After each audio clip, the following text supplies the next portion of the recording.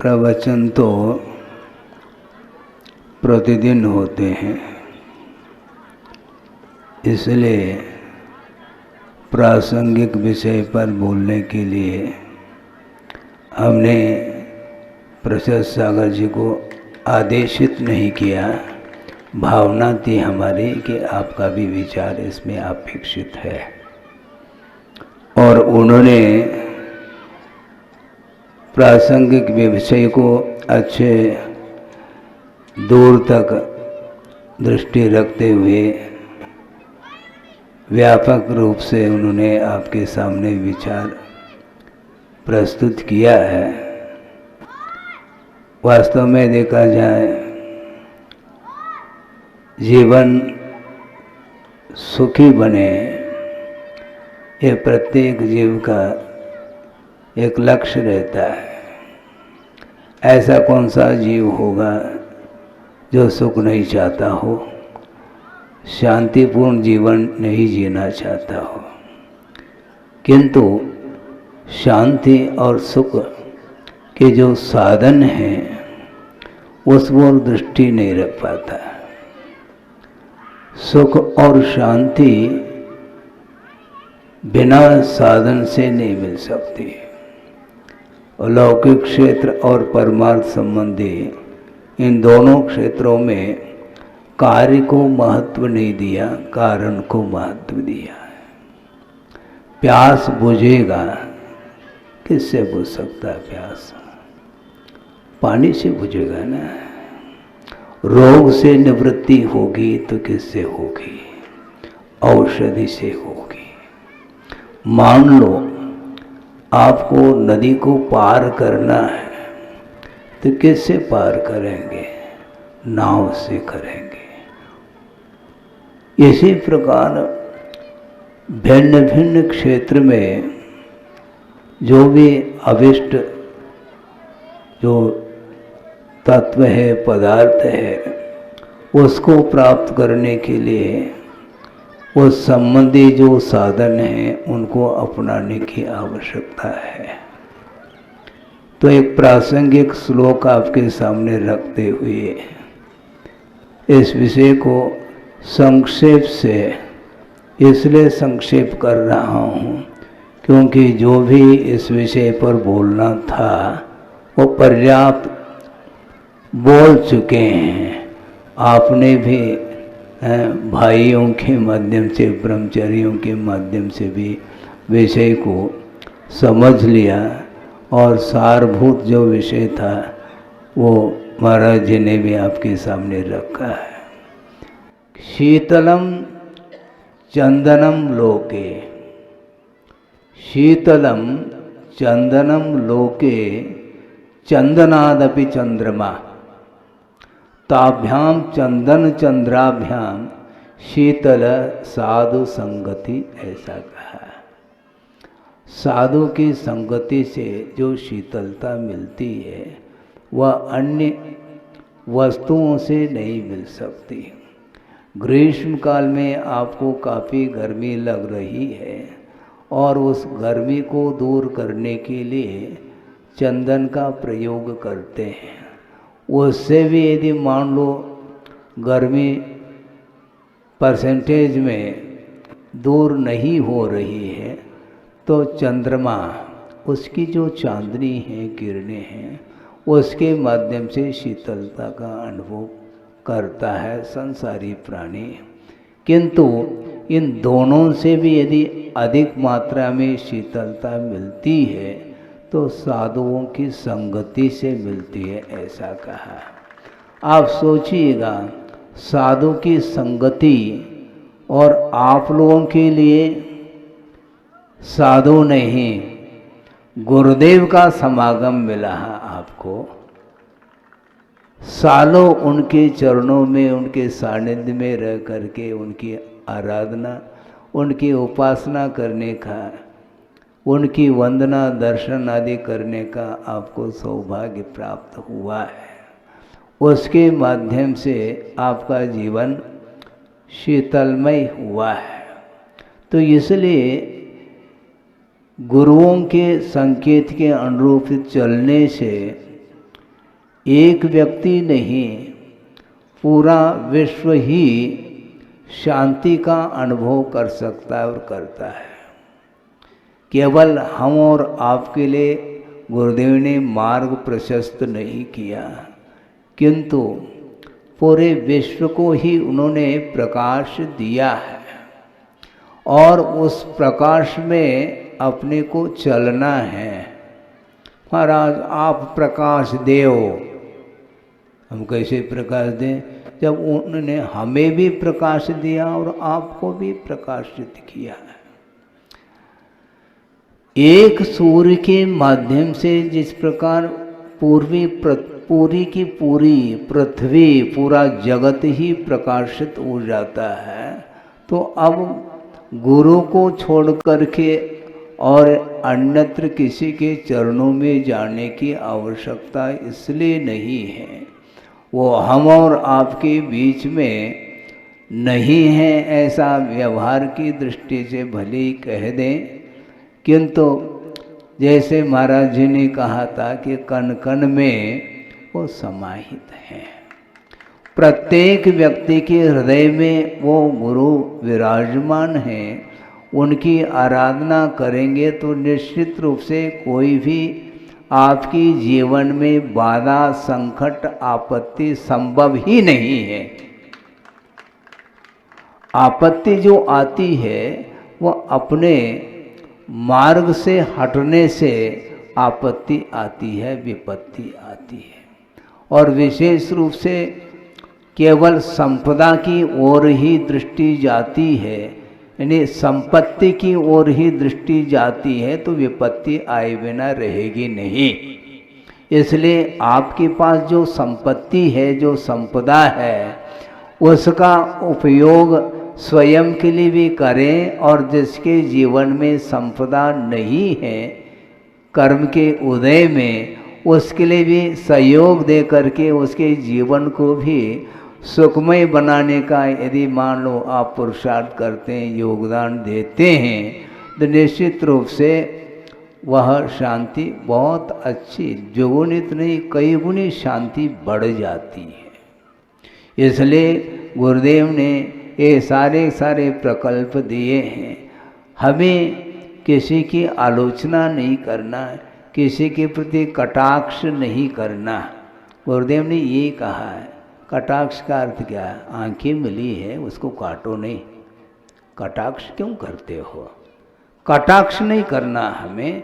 जो आंखें मिली हैं उन आंखों के माध्यम से अपने को जीव कितने प्रकार के संसार में हैं और अपने कर्मों के उदय के कारण वे दुख का अनुभव कर रहे हैं, उसको देख करके चलो। अहिंसा की उपासना करो।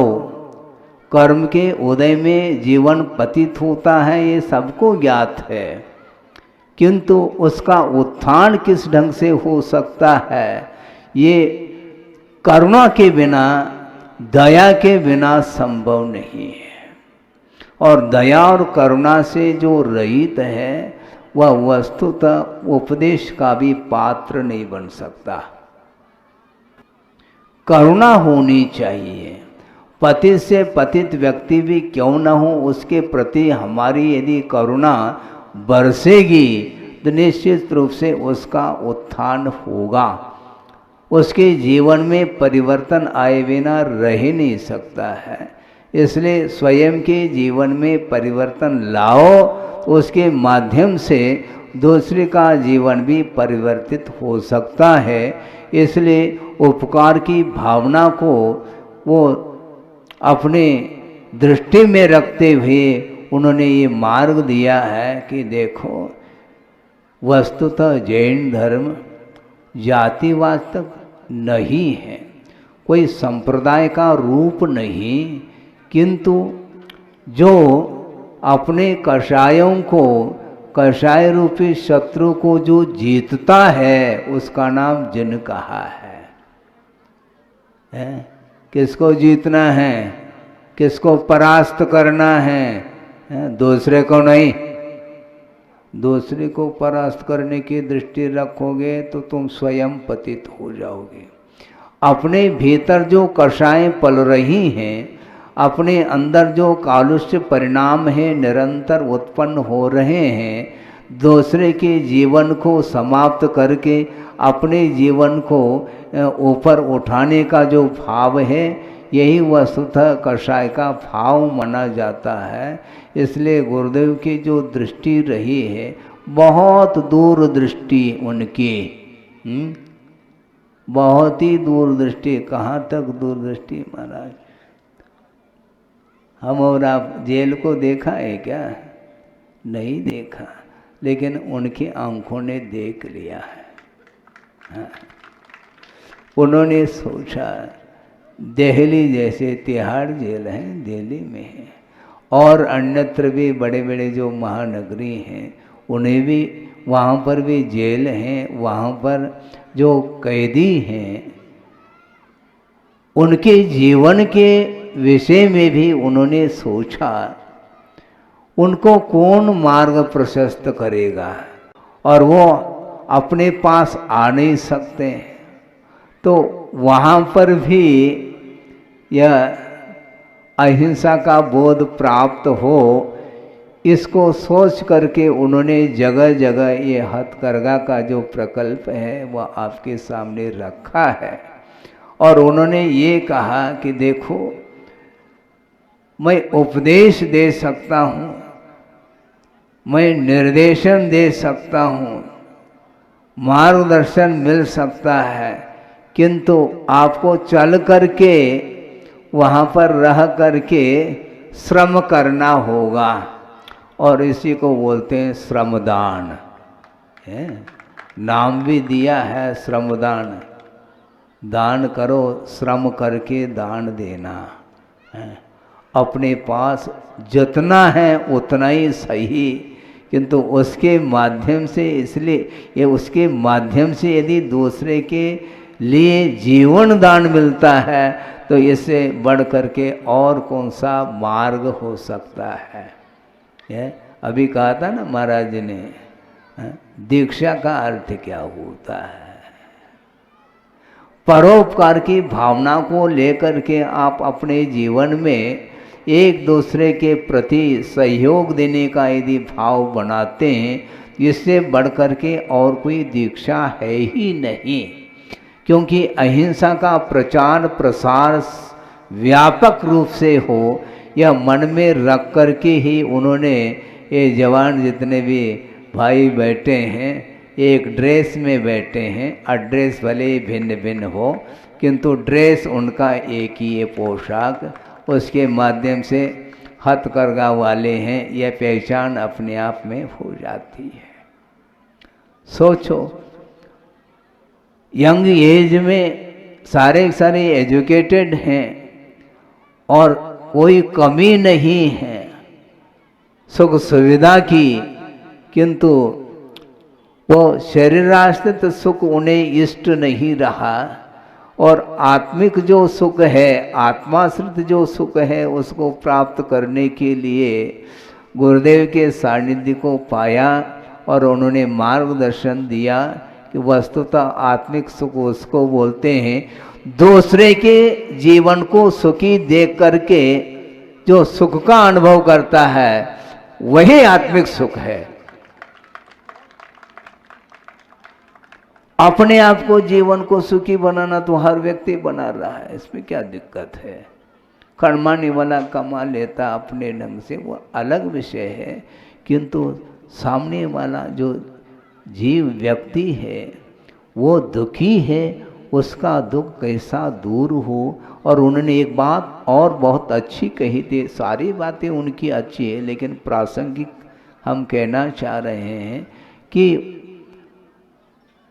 अपने लिए रोना नहीं, हाँ, अपने दुख को यदि कम करना चाहो तो सबसे अच्छा तरीका ये है, जो हमसे ज़्यादा दुखी है उस ओर उपयोग चला जाए तो अपना दुख दूर हो जाएगा। जैसे मान लो आपको सिर में दर्द हो रहा है, ठीक है, सुन रहे कि नहीं, समाप्त कर रहा हूँ। आपको सिर दर्द है, मान लो पेट में दर्द है, पीड़ा है, बेचैनी है, यदि मान लो उससे भी भयानक दांत में दर्द होने लग जाए तो पेट का दर्द और सिर का दर्द भूल जाएंगे। है हो गया है, बिल्कुल ठीक कह रहा हूँ मैं। उन्होंने ही कहा था, मैं अपने तरफ से कुछ नहीं कहता। उन्होंने ये कहा था कि तुलनात्मक दृष्टि से यदि दुख बढ़ जाता है तो वो अपने आप ही जो कम मात्रा में दुख हो रहा था वह महसूस नहीं होता।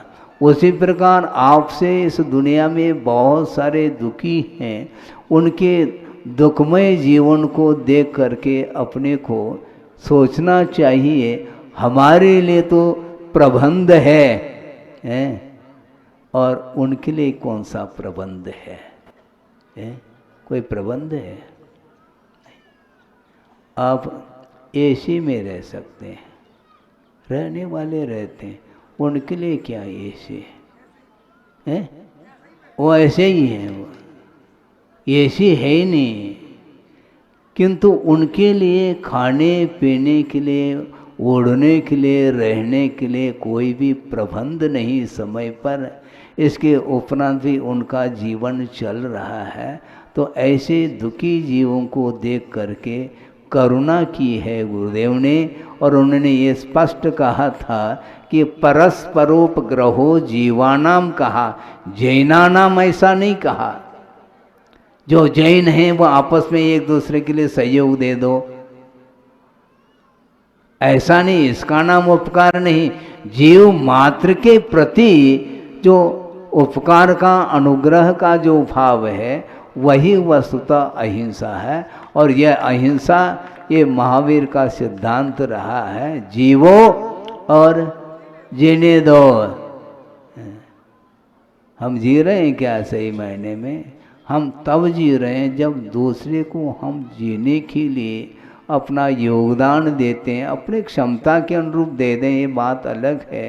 किंतु जो दुखी हैं उसकी ओर करुणा की दृष्टि, दया की दृष्टि होनी चाहिए, ऐसा गुरुदेव का भाव रहा है। और ये आप लोगों ने भावना रखी थी, इसलिए हथकरघा परिसर में इस कार्यक्रम को संपन्न करें।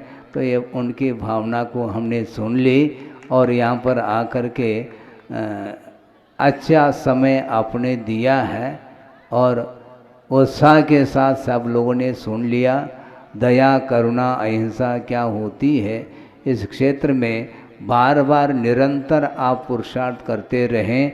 जिस प्रकार आप अपने परिवार के प्रति जो अपनत्व भाव रखते हैं, स्नेह आदि रखते हैं, वात्सल्य प्रेम आदि रखते हैं, उसी प्रकार इर्द गिर्द अड़ोस पड़ोस में जो भी अभावग्रस्त जीवन जी रहा है उसके लिए भी यदि आप सहयोग देंगे तो निश्चित रूप से भवांतर में भी वह आपके लिए भी सहयोग दे सकता है। क्योंकि जो व्यक्ति उपकृत होता है वह कभी भी भूलता नहीं है।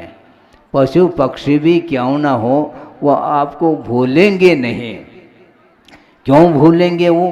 क्योंकि उनके लिए जीवन दान दिया है, जीवन जीने के लिए आपने सहयोग दिया है, उसको वो भूलते नहीं। वह भले ही भूल जाए, कुछ भी हो जाए, किंतु अपना जो कर्तव्य है वह निरपेक्ष भाव के साथ आप दया दृष्टि से, करुणा से और अहिंसा की उपासना करते हुए सबके प्रति एक सुखमय जीने का यदि भाव आप लक्ष्य बनाते हैं तो निश्चित रूप से सबका कल्याण हो सकता है। हो इस पवित्र भावना के साथ। अहिंसा परमो धर्म की जय।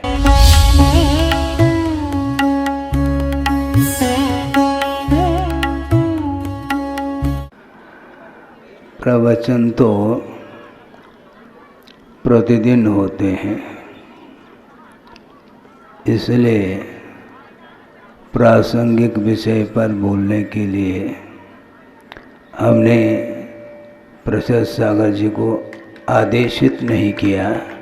भावना थी हमारी कि आपका भी विचार इसमें अपेक्षित है, और उन्होंने प्रासंगिक विषय को अच्छे दूर तक दृष्टि रखते हुए व्यापक रूप से उन्होंने आपके सामने विचार प्रस्तुत किया है। वास्तव में देखा जाए, जीवन सुखी बने ये प्रत्येक जीव का एक लक्ष्य रहता है। ऐसा कौन सा जीव होगा जो सुख नहीं चाहता हो, शांतिपूर्ण जीवन नहीं जीना चाहता हो, किंतु शांति और सुख के जो साधन हैं उस ओर दृष्टि नहीं रख पाता। सुख और शांति बिना साधन से नहीं मिल सकती। अलौकिक क्षेत्र और परमार्थ संबंधी इन दोनों क्षेत्रों में कार्य को महत्व नहीं दिया, कारण को महत्व दिया है। प्यास बुझेगा, किससे बुझ सकता है प्यास? पानी से बुझेगा ना। रोग से निवृत्ति होगी तो किससे होगी? औषधि से होगी। मान लो आपको नदी को पार करना है तो किससे पार करेंगे? नाव से करेंगे। इसी प्रकार भिन्न भिन्न क्षेत्र में जो भी अविष्ट जो तत्व है, पदार्थ है, उसको प्राप्त करने के लिए उस संबंधी जो साधन हैं उनको अपनाने की आवश्यकता है। तो एक प्रासंगिक श्लोक आपके सामने रखते हुए इस विषय को संक्षेप से इसलिए संक्षेप कर रहा हूँ क्योंकि जो भी इस विषय पर बोलना था वो पर्याप्त बोल चुके हैं। आपने भी भाइयों के माध्यम से, ब्रह्मचारियों के माध्यम से भी विषय को समझ लिया और सारभूत जो विषय था वो महाराज जी ने भी आपके सामने रखा है। शीतलम चंदनम लोके, शीतलम चंदनम लोके चंदनादपि चंद्रमा, ताभ्याम चंदन चंद्राभ्याम शीतल साधु संगति, ऐसा कहा।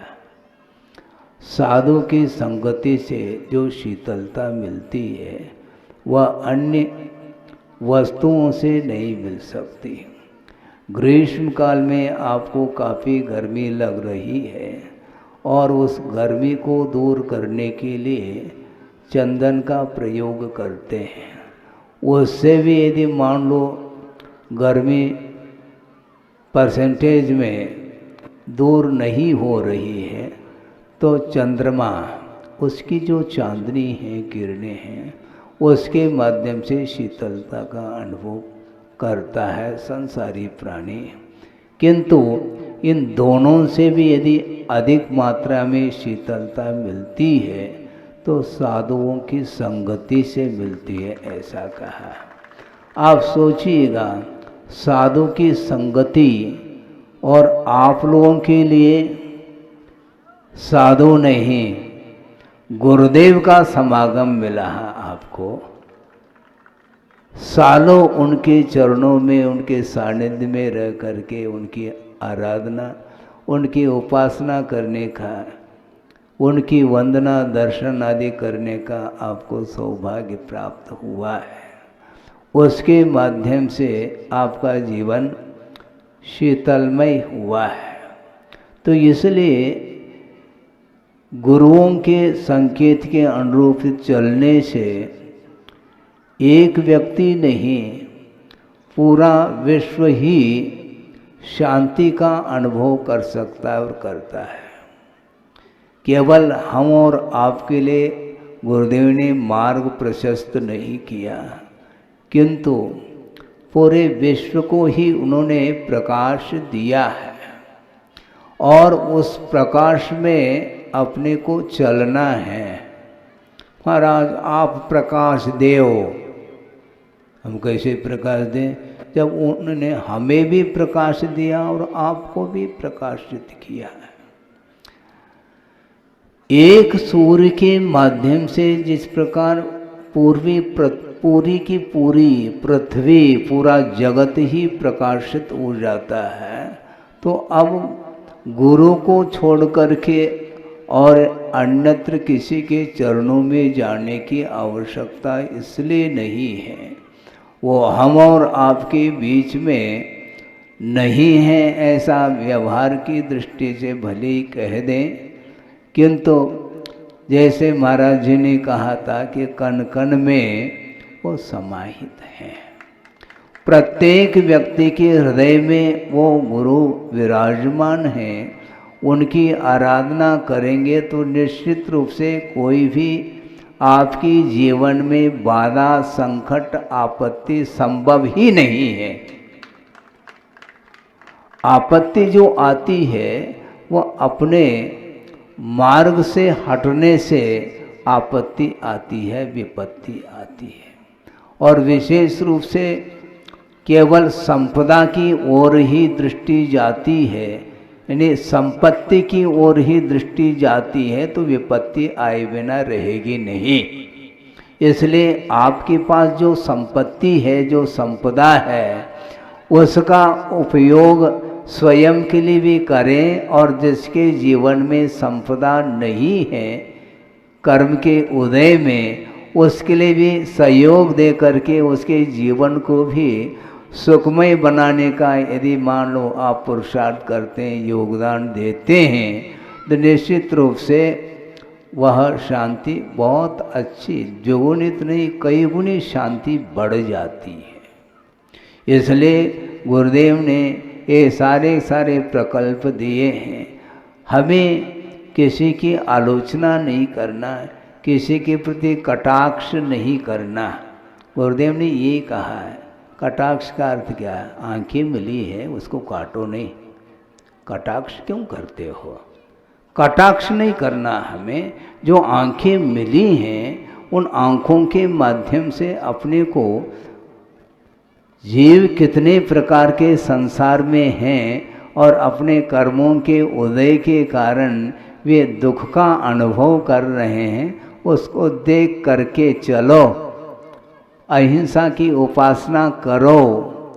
कर्म के उदय में जीवन पतित होता है, ये सबको ज्ञात है, किंतु उसका उत्थान किस ढंग से हो सकता है, ये करुणा के बिना, दया के बिना संभव नहीं है। और दया और करुणा से जो रहित है वह वस्तुतः उपदेश का भी पात्र नहीं बन सकता। करुणा होनी चाहिए। पतित से पतित व्यक्ति भी क्यों न हो, उसके प्रति हमारी यदि करुणा बरसेगी तो निश्चित रूप से उसका उत्थान होगा। उसके जीवन में परिवर्तन आए बिना रह ही नहीं सकता है। इसलिए स्वयं के जीवन में परिवर्तन लाओ, उसके माध्यम से दूसरे का जीवन भी परिवर्तित हो सकता है। इसलिए उपकार की भावना को वो अपने दृष्टि में रखते हुए उन्होंने ये मार्ग दिया है कि देखो, वस्तुतः जैन धर्म जातिवाद तक नहीं है, कोई संप्रदाय का रूप नहीं, किंतु जो अपने कषायों को, कषाय रूपी शत्रु को जो जीतता है उसका नाम जिन कहा है? किसको जीतना है, किसको परास्त करना है? दूसरे को नहीं। दूसरे को परास्त करने की दृष्टि रखोगे तो तुम स्वयं पतित हो जाओगे।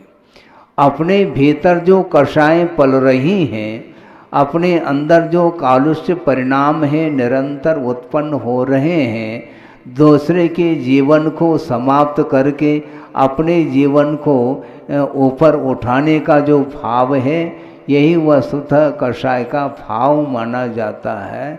इसलिए गुरुदेव की जो दृष्टि रही है, बहुत दूर दृष्टि उनकी, बहुत ही दूरदृष्टि। कहाँ तक दूरदृष्टि महाराज? हम और आप जेल को देखा है क्या? नहीं देखा, लेकिन उनकी आंखों ने देख लिया है। हाँ। उन्होंने सोचा दिल्ली जैसे तिहाड़ जेल है दिल्ली में है, और अन्यत्र भी बड़े बड़े जो महानगरी हैं उन्हें भी वहाँ पर भी जेल हैं, वहाँ पर जो कैदी हैं उनके जीवन के विषय में भी उन्होंने सोचा उनको कौन मार्ग प्रशस्त करेगा, और वो अपने पास आ नहीं सकते, तो वहाँ पर भी यह अहिंसा का बोध प्राप्त हो, इसको सोच करके उन्होंने जगह जगह ये हथकरघा का जो प्रकल्प है वह आपके सामने रखा है। और उन्होंने ये कहा कि देखो, मैं उपदेश दे सकता हूँ, मैं निर्देशन दे सकता हूँ, मार्गदर्शन मिल सकता है, किंतु आपको चल करके वहाँ पर रह करके श्रम करना होगा, और इसी को बोलते हैं श्रमदान है। नाम भी दिया है श्रमदान, दान करो श्रम करके दान देना है। अपने पास जितना है उतना ही सही, किंतु उसके माध्यम से, इसलिए ये उसके माध्यम से यदि दूसरे के लिए जीवन दान मिलता है तो इससे बढ़ करके और कौन सा मार्ग हो सकता है। ये अभी कहा था ना महाराज जी ने, दीक्षा का अर्थ क्या होता है? परोपकार की भावना को लेकर के आप अपने जीवन में एक दूसरे के प्रति सहयोग देने का यदि भाव बनाते हैं, इससे बढ़कर के और कोई दीक्षा है ही नहीं। क्योंकि अहिंसा का प्रचार प्रसार व्यापक रूप से हो, यह मन में रख कर के ही उन्होंने, ये जवान जितने भी भाई बैठे हैं एक ड्रेस में बैठे हैं, एड्रेस भले भिन्न भिन्न हो, किंतु ड्रेस उनका एक ही है, पोशाक, उसके माध्यम से हथकरघा वाले हैं, यह पहचान अपने आप में हो जाती है। सोचो, यंग एज में सारे सारे एजुकेटेड हैं और कोई कमी नहीं है सुख सुविधा की, किंतु वो शरीराश्रित सुख उन्हें इष्ट नहीं रहा, और आत्मिक जो सुख है, आत्माश्रित जो सुख है, उसको प्राप्त करने के लिए गुरुदेव के सानिध्य को पाया और उन्होंने मार्गदर्शन दिया कि वस्तुतः आत्मिक सुख उसको बोलते हैं दूसरे के जीवन को सुखी देख करके जो सुख का अनुभव करता है वही आत्मिक सुख है। अपने आप को जीवन को सुखी बनाना तो हर व्यक्ति बना रहा है, इसमें क्या दिक्कत है? कमाने वाला कमा लेता अपने ढंग से, वो अलग विषय है, किंतु सामने वाला जो जीव व्यक्ति है वो दुखी है, उसका दुख कैसा दूर हो। और उन्होंने एक बात और बहुत अच्छी कही थी, सारी बातें उनकी अच्छी है लेकिन प्रासंगिक हम कहना चाह रहे हैं कि अपने लिए रोना नहीं, हाँ, अपने दुख को यदि कम करना चाहो तो सबसे अच्छा तरीका ये है जो हमसे ज़्यादा दुखी है उस ओर उपयोग चला जाए तो अपना दुख दूर हो जाएगा। जैसे मान लो आपको सिर में दर्द हो रहा है, ठीक है, सुन रहे कि नहीं, समाप्त कर रहा हूँ। आपको सिर दर्द है, मान लो पेट में दर्द है, पीड़ा है, बेचैनी है, यदि मान लो उससे भी भयानक दांत में दर्द होने लग जाए तो पेट का दर्द और सिर का दर्द भूल जाएंगे। है, हो गया है, बिल्कुल ठीक कह रहा हूँ मैं। उन्होंने ही कहा था, मैं अपने तरफ से कुछ नहीं कहता। उन्होंने ये कहा था कि तुलनात्मक दृष्टि से यदि दुख बढ़ जाता है तो वो अपने आप ही जो कम मात्रा में दुख हो रहा था वह महसूस नहीं होता। उसी प्रकार आपसे इस दुनिया में बहुत सारे दुखी हैं, उनके दुखमय जीवन को देख करके अपने को सोचना चाहिए हमारे लिए तो प्रबंध है और उनके लिए कौन सा प्रबंध है? कोई प्रबंध है? आप एसी में रह सकते हैं, रहने वाले रहते हैं, उनके लिए क्या एसी है? वो ऐसे ही है, वो एसी है ही नहीं, किंतु उनके लिए खाने पीने के लिए, ओढ़ने के लिए, रहने के लिए कोई भी प्रबंध नहीं समय पर। इसके उपरांत भी उनका जीवन चल रहा है। तो ऐसे दुखी जीवों को देख करके करुणा की है गुरुदेव ने, और उन्होंने ये स्पष्ट कहा था कि परस्परोपग्रहो जीवानाम कहा, जैनानाम ऐसा नहीं कहा। जो जैन हैं वो आपस में एक दूसरे के लिए सहयोग दे दो, ऐसा नहीं, इसका नाम उपकार नहीं। जीव मात्र के प्रति जो उपकार का, अनुग्रह का जो भाव है, वही वस्तुतः अहिंसा है। और यह अहिंसा ये महावीर का सिद्धांत रहा है, जीवो और जीने दो। हम जी रहे हैं क्या सही मायने में? हम तब जी रहे हैं जब दूसरे को हम जीने के लिए अपना योगदान देते हैं, अपनी क्षमता के अनुरूप दे दें, ये बात अलग है। किंतु जो दुखी हैं उसकी ओर करुणा की दृष्टि, दया की दृष्टि होनी चाहिए, ऐसा गुरुदेव का भाव रहा है। और ये आप लोगों ने भावना रखी थी, इसलिए हथकरघा परिसर में इस कार्यक्रम को संपन्न करें। तो ये उनकी भावना को हमने सुन ली और यहाँ पर आकर के अच्छा समय आपने दिया है और उत्साह के साथ सब लोगों ने सुन लिया। दया, करुणा, अहिंसा क्या होती है, इस क्षेत्र में बार बार निरंतर आप पुरुषार्थ करते रहें। जिस प्रकार आप अपने परिवार के प्रति जो अपनत्व भाव रखते हैं, स्नेह आदि रखते हैं, वात्सल्य प्रेम आदि रखते हैं, उसी प्रकार इर्द गिर्द अड़ोस पड़ोस में जो भी अभावग्रस्त जीवन जी रहा है, उसके लिए भी यदि आप सहयोग देंगे तो निश्चित रूप से भवांतर में भी वह आपके लिए भी सहयोग दे सकता है। क्योंकि जो व्यक्ति उपकृत होता है वह कभी भी भूलता नहीं है। पशु पक्षी भी क्यों ना हो, वह आपको भूलेंगे नहीं। क्यों भूलेंगे वो? क्योंकि उनके लिए जीवन दान दिया है, जीवन जीने के लिए आपने सहयोग दिया है, उसको वो भूलते नहीं। वह भले ही भूल जाए, कुछ भी हो जाए, किंतु अपना जो कर्तव्य है वह निरपेक्ष भाव के साथ आप दया दृष्टि से, करुणा से और अहिंसा की उपासना करते हुए सबके प्रति एक सुखमय जीने का यदि भाव आप लक्ष्य बनाते हैं तो निश्चित रूप से सबका कल्याण हो सकता है। हो इस पवित्र भावना के साथ। अहिंसा परमो धर्म की जय।